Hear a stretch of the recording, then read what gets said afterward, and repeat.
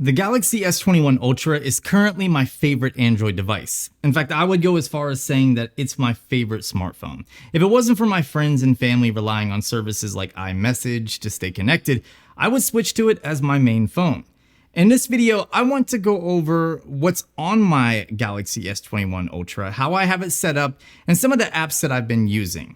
I know that I typically start with the case, the screen protector, my home screen wallpaper, and all that stuff, but I want to quickly talk about a new game that I've been playing, which also happens to be the sponsor of this video. Raid Shadow Legends is a free game I've been getting into as of recent. This game is incredibly immersive with beautiful graphics. Use my links in the description to download Raid for yourself. It's available on iOS, Android, and PC. There's an entire world of amazing looking champions, all from their own unique faction, and those factions have a lot of lore. I really don't want to spoil the game for you, however, I do want to give you a glimpse into the first faction you're going to meet, the Bannerlords. The Bannerlords are basically medieval knights with a massive kingdom in the west of Teleria. They believe themselves to be on the side of good, but the orcs, ogren, skinwalkers, and lizardmen would disagree. So these are a couple of my favorite Bannerlords champions so far. If you're currently playing Raid, let me know in the comments your favorites.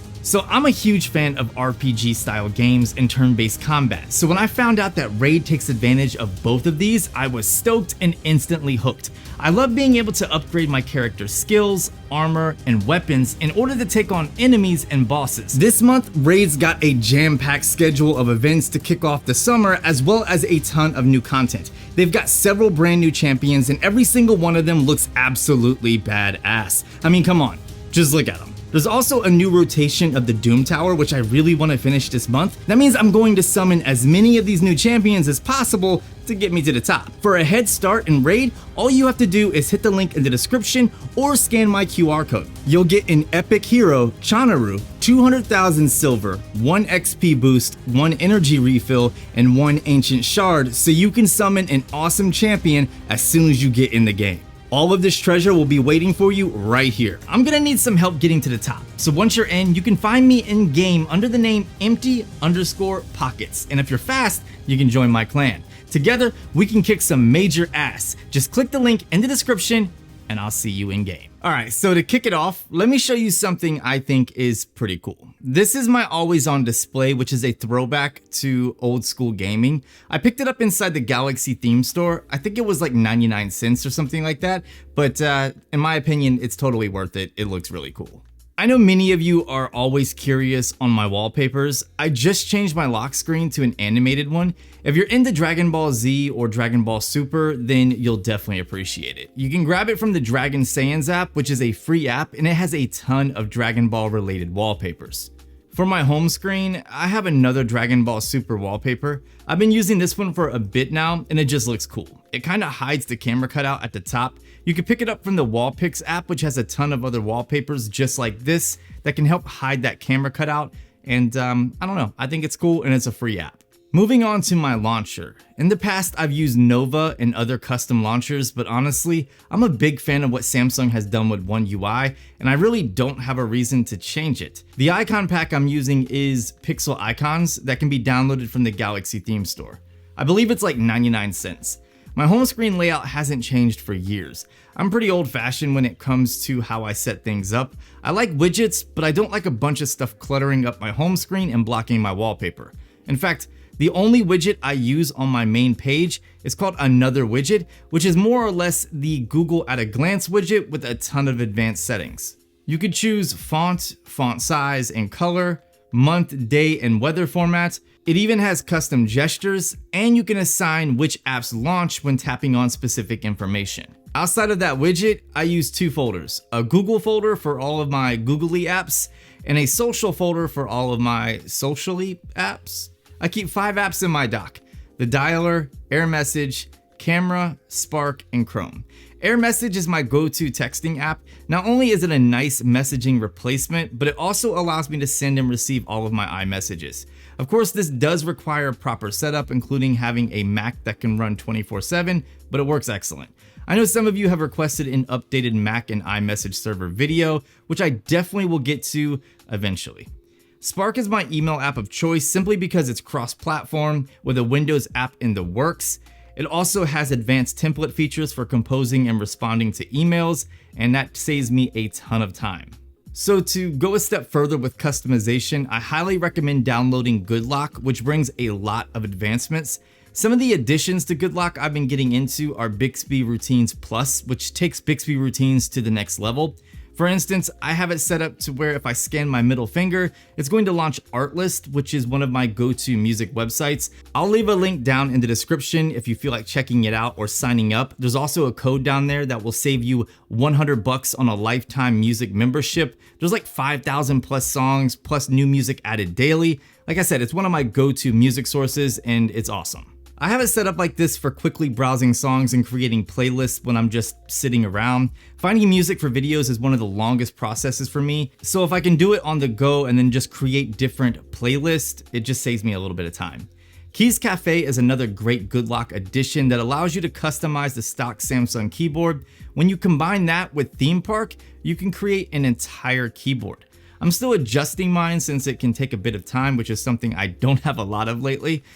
Theme Park also allows you to create an entire theme from scratch, as well as customizing the quick panel and volume panel. Pentastic, another Goodlock addition, allows for customizing the S Pen pointer and the Air Command menu, which is really cool.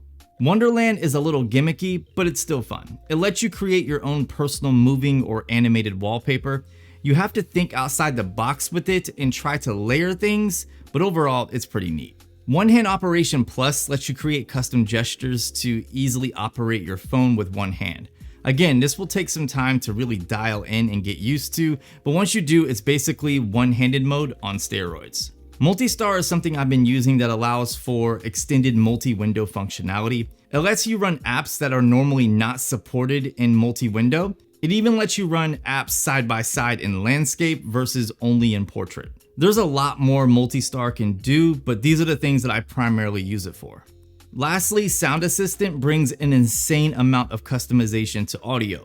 You can adjust sound per app, play audio from multiple apps at the same time, sync Bluetooth sound for videos, and a ton more. When it comes to weather information, I normally just use the Weather channel, but I recently switched over to One Weather and I love it. It's really accurate here in Orlando, but also has a clean interface overall. The ads are a little annoying, but you can always pay for the app and remove them. Aftership is an app that I've been using to track my packages. It's cross-platform, which is something I like, and I can link it directly to my email account to automatically add my shipments without having to go in and manually input them. Benchmarking is something I do a lot of when testing phones. The apps I use the most are 3D Mark, IDA64, CPDT, which test out storage and RAM speeds, Display Tester for testing out color accuracy, sharpness, viewing angles, and more. GameBench Pro is a great app for gathering gaming metrics like frames per second, temperatures, processor utilization, etc. Lastly, I use GameBench 5 and Speedtest, which both are pretty common and self-explanatory. BeatStars is my favorite app for finding instrumentals and beat composers. They have a vast library of music, and rather than paying a monthly fee, you just purchase beats individually. However, a lot of the beat composers and content creators on that platform run deals constantly. It's not exactly meant for background type music, but more for composing and creating music, if that makes sense. I really enjoy gaming on the Galaxy S21 Ultra, which is why I have more games on this phone than normal. The first is DB Legends, which is a fun game for Dragon Ball lovers out there. Grim Valor is one of my go-to games. It's fun, the graphics are great, and it comes in clutch when testing out phones. When I was a kid, I loved playing Magic the Gathering, which is why when I found it on Android, I immediately downloaded it on my Galaxy S21 Ultra. It's awesome since it has a shiz load of cards and you can create your own decks. Of course, I have Raid on here, which I've already talked about. Xbox Game Pass is awesome and a great way to play console games right on your S21 Ultra. I play everything from Doom to GTA 5, and it's awesome. South Park Phone Destroyer is another fun game I've been playing. If you're a fan of South Park, you'll love it since it has all of the crude humor from the show. Energy is a brain game which is supposed to improve thinking and problem solving skills. It's basically a lot of mazes, which is fun sometimes. Lastly, I've been using Train Your Brain, which is similar to Energy, but it has more puzzles and different learning games. I don't know. I'm trying to boost up my brain game here. Moving on, I have the dictionary.com app, which is actually free with a Play Pass subscription. If you don't have a Play Pass subscription, it is still free, but it does have ads. I enjoy it, especially for writing scripts and emails. Sometimes I have word finding issues, and this helps me get what I want to say out. So when it comes to camera and editing apps, I have quite a few.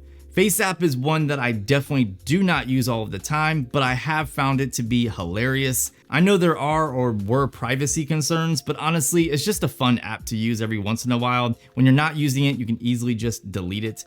Filmic Pro is a fantastic app for capturing high quality video manually. You can adjust shutter speed, ISO, focus, audio levels, and more. It doesn't support 8K currently, but it is far more intuitive than Samsung's own Pro video mode.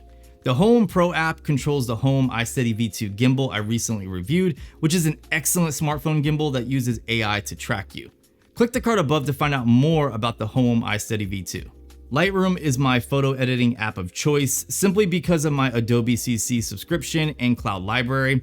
To go along with that, I have the PS or Photoshop camera app, which combines Photoshop effects with a camera. In a nutshell, it allows you to take pictures with advanced overlays and filters immediately applied. There are a lot of additions that can be downloaded, such as sky replacements, filters, and more. It's super fun and an app that I highly recommend checking out.